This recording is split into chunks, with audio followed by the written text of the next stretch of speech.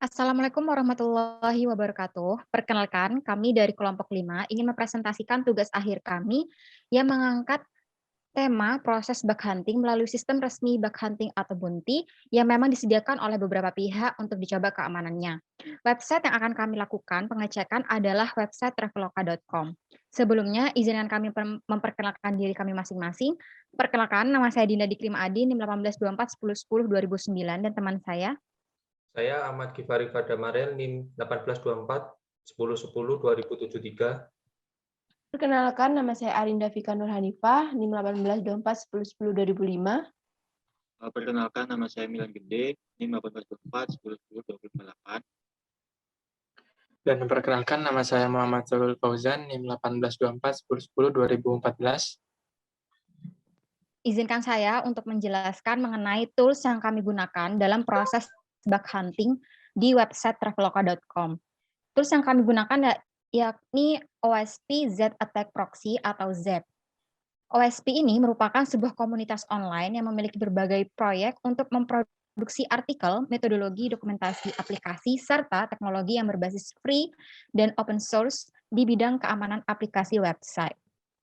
OSP ini terdapat berbagai proyek, salah satunya adalah OSP Z Attack Proxy atau ZAP, di mana ZAP ini merupakan tools yang kami gunakan, yang biasanya digunakan untuk menemukan berbagai permasalahan keamanan aplikasi website saat pengembangan dan pengujian aplikasi website. Keunggulan dari ZAP ini diantaranya yang pertama adalah open source, kedua itu mudah diinstal, ketiga free atau tidak dipungut biaya, keempat active scanner atau tersedianya scanner secara otomatis dan lain sebagainya. Selanjutnya, izinkan teman saya untuk menjelaskan materi selanjutnya. Di sini saya Ahmad Gifari akan melanjutkan materi. Izin share screen. Sudah kelihatan? Sudah, Val. Selanjutnya di sini saya akan melakukan tutorial untuk mendownload aplikasi OSZAP. Pertama kalian masuk ke webnya, kemudian download sesuai versi kalian. Setelah di-download, jika sudah, kita akan memulai install aplikasinya.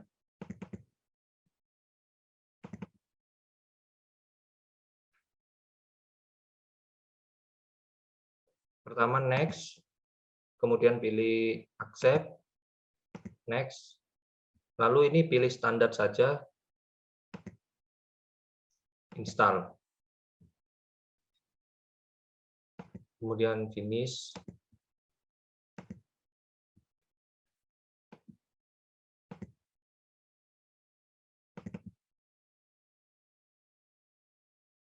Ini loading untuk awal saat membuka aplikasinya. Ini tampilan awal dari aplikasi OSZAP. Selanjutnya akan dilanjutkan oleh teman saya, Vika. Baik, selanjutnya saya akan menjelaskan cara mengeriset aplikasi OWASP dan mengeriset di Mozilla. Sebenarnya saya screen dulu. Apakah sudah kelihatan screen saya? Sudah. Oke. Nah, di sini adalah isi dari aplikasi OWASP.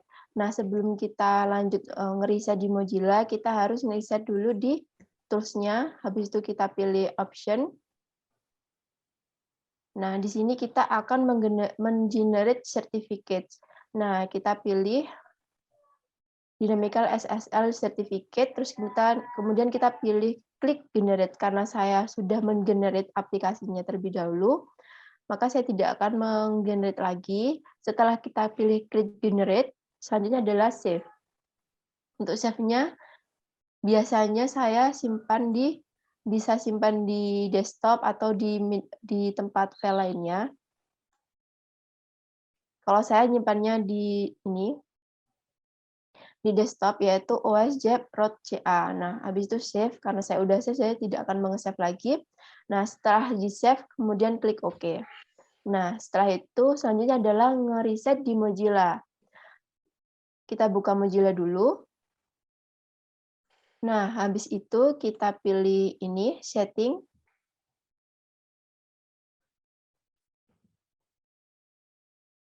Oke. Nah, setelah pilih setting, kita di sini ngatur di pilih Privacy and Security buat ngatur sertifikatnya. Kita mencari sertifikat. Nah, di sini kan ada sertifikat koneksi OSP Responder Server. Nah, di sini kita centang, kemudian kita view sertifikat. Nah, setelah udah ada sertifikat kayak gini, kita import. Nah, simpan importan sertifikatnya di OWASP ini yang kita simpan tadi di desktop. Nah, habis itu open.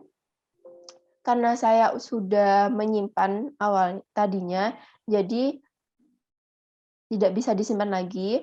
Nah, jika sudah tersimpan, habis itu kita klik OK. Nah, setelah setting sertifikat, kemudian kita lanjutin buat setting connection.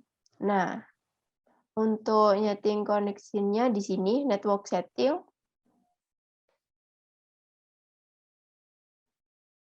Nah, untuk setting connection setting-nya kita pilih manual. Nah, kalau di sini belum ada localhost, kalian klik sendiri localhost, ketik sendiri, kemudian portnya yaitu 8080, terus centang also use ini, kemudian klik OK. Jika sudah kita bisa melanjutkan buat ngecek di aplikasi web WhatsApp ini. Oke. Baik, selanjutnya akan dijelaskan oleh teman saya, Milian. Baik, terima kasih. Saya akan melanjutkan langkah selanjutnya, yaitu melakukan testing kepada salah satu website. Kami menggunakan website traveloka.com. Jadi setelah konfigurasi dari OWASP SPZ ini sudah selesai, kita langsung bisa masuk ke websitenya, yaitu traveloka.com di Mozilla tadi. Karena kita men-settingnya di Mozilla, maka untuk testingnya juga berada di Mozilla. Gitu. Masuk ke traveloka.com. Setelah masuk Traveloka, nanti kita juga bisa langsung melakukan atau scan. Karena nanti di OWASP ini scan-nya secara otomatis, maka kita hanya perlu melakukan testing secara di websitenya langsung, yaitu di Traveloka. Jadi untuk bisa mengetahui apakah ada bug, kita biasanya itu melakukan kayak explore kepada websitenya, misalkan klik transport, terus mungkin bisa klik flag plus hotel. Jadi di sini untuk agar lebih luas, kita juga perlu mengeksplor websitenya lebih luas juga, agar nanti mendapatkan bugnya itu lebih luas juga. Sudah, jadi setelah udah klik, nah mungkin untuk percobaan pertama mungkin bisa melakukan seperti searching flag atau hotel, mungkin bisa langsung itu aja search flag plus hotel, buttonnya yang bawah itu yang kuning. Nah itu, jadi kalau jika kita menggunakan WASP-Z itu, di sebelah kanan sama kiri itu seperti notif bahwa jika memang ada error di website, itu nanti kita dikasih notifikasi. Jadi mudahnya seperti itu. Jadi nanti misalkan kita melakukan searching flag, mungkin bisa langsung aja search flag plus hotel, langsung aja diklik. Ya, ini ya? Ya, itu. Oke. Baik. Jika misalkan kita kayak seperti merasa cukup setelah melakukan explore, kita bisa kembali ke aplikasi OWASP-Z-nya dan diklik alert atau history ya. Nah, di alert itu nanti ada daftar dari bug itu. Di bawah itu juga memiliki medium alert itu 5, dan yang sebelahnya itu 10, yang tidak terlalu bahaya gitu, atau low priority gitu. Mungkin untuk selanjutnya akan dijelaskan kepada teman saya, yaitu Fauzan. Terima kasih. Terima kasih. Selanjutnya saya Muhammad Jalil Fauzan akan menjelaskan tentang hasil dari scanning tadi. Nah, bisa kita lihat di bagian pojok kiri bawah, Itu merupakan hasil dari bug yang berhasil ditemukan oleh aplikasi ini. Nah, di sana dikategorikan jadi beberapa tanda bendera warna, ada yang merah, ada yang oranye, ada yang kuning, yang mana merah tadi mengartikan bahwa itu bug-nya high, jadi tinggi, memang harus segera diperbaiki. Jadi ada juga yang oranye tadi artinya medium. Jadi menyesuaikan kalau memang medium, kalau memang perlu diperbaiki, bisa diperbaiki, segera diperbaiki. Sedangkan yang warna kuning mengartikan bahwa low, seperti itu. Jadi ada 3 kategori tadi untuk pengelompokannya. Nah, di sini hasilnya cukup aman ya ketika sudah tidak ada alert yang warna merah seperti jadi tidak ada bug yang benar-benar urgent seperti itu. Nah, untuk mengeceknya bisa langsung diklik di bagian yang bendera kuning, contoh yang paling atas, CSP. Nah, itu nama bug-nya ya, Wildcard Directive. Nah, jadi di sana disediakan juga description-nya atau pengertiannya. Nah, akan tetapi di sini menggunakan bahasa Inggris. Mungkin kita kalau yang tidak paham dan tidak akan makna dari bahasa Inggris yang ada di deskripsi, bisa kita menggunakan Google Translate untuk membantu mengetahuinya. Mungkin bisa dikopikan yang deskripsi tadi. Baik, Mas Fauzan. Nah, mungkin bagi yang sudah expert di bidangnya, mungkin akan mudah ya membaca bug-bug yang tadi ya, akan mengartikannya seperti itu. Jadi sudah ada deskripsi, itu mudahnya atau salah satu keunggulan dari aplikasi ini. Nah, di sini dijelaskan saran berikut memungkinkan sumber wildcard atau asensor tidak didefinisikan atau didefinisikan secara luas, seperti itu. Itu arti dari deskripsi tadi.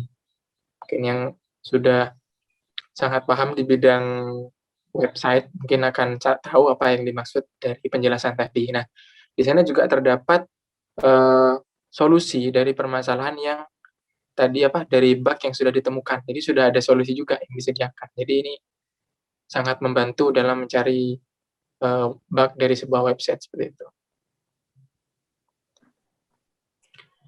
Nah, itu solusinya pastikan server web Anda atau server aplikasi penyeimbang beban dan lainnya dikonfigurasi dengan benar untuk menyetel header kebijakan keamanan konten seperti itu. Kembali ke tampilan. Nah, jadi itulah merupakan penjelasan ataupun yang bisa kita lihat dari hasil scan bug oleh aplikasi UAS ZAP seperti itu. Nah, mungkin itu saja yang dapat kami jelaskan. Kurang lebihnya mohon maaf. Saya kembalikan kepada Dinda.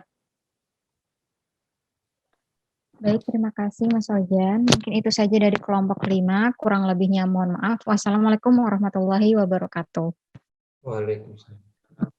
Waalaikumsalam warahmatullahi wabarakatuh.